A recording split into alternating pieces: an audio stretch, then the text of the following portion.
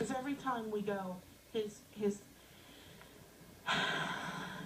heart swells that finally, and then you go and like this last time, you don't have what they thought you had. Just a few years ago, Patrick Berton was a typical healthy teenager, but one day his whole life started to change, and no one can figure out why. At first, it was headaches, and then difficulty seeing and standing, and more. And his case is a real medical mystery. Channel 11's Kara Sapida live in Washington County with the family's search for answers, and it's taken them all over the United States. Kara? They've traveled across the country. They've spent $250,000 trying to figure out what happened to their healthy boy. Think about it. They can't even begin searching for a cure until they get a correct diagnosis. I go outside to scream. I go to church to cry.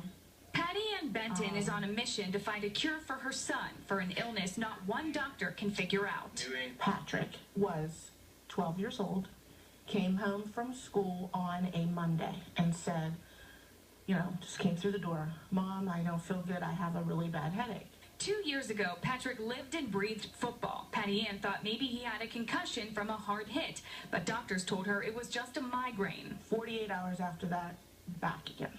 Headache. A week later, his brother came barreling into the house. "Something's wrong with Patrick." And I said, "What's the matter?" And he said, "He can't hardly walk. I had to help him walk home from the bus." Patrick's condition went downhill so fast, they put him into intense physical therapy. He walked in with a walker and left about 4.5 weeks later in a wheelchair and has never walked since. Today, Patrick has blurry vision, can no longer read, has tremors in his hands, and describes his body as jello.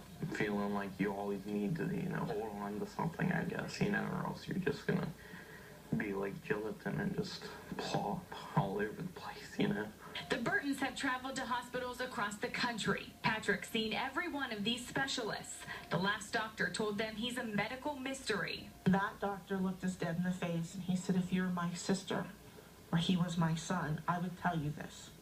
You're beyond modern science right now." But they don't give up. If I need strength or something, I just start praying. Praying for a miracle and thankful for the woman who won't stop until they find it. I told her once that she's like the bricks to my wall. She's the one who helps me with everything. Pattiann is hopeful there's a doctor that sees this story that will help them out, but she also said that it can feel very lonely going through this fight, and she's hopeful somebody watching will reach out to her and share their story. Reporting live tonight in Washington County, I'm Kara Sapida, Channel 11 News.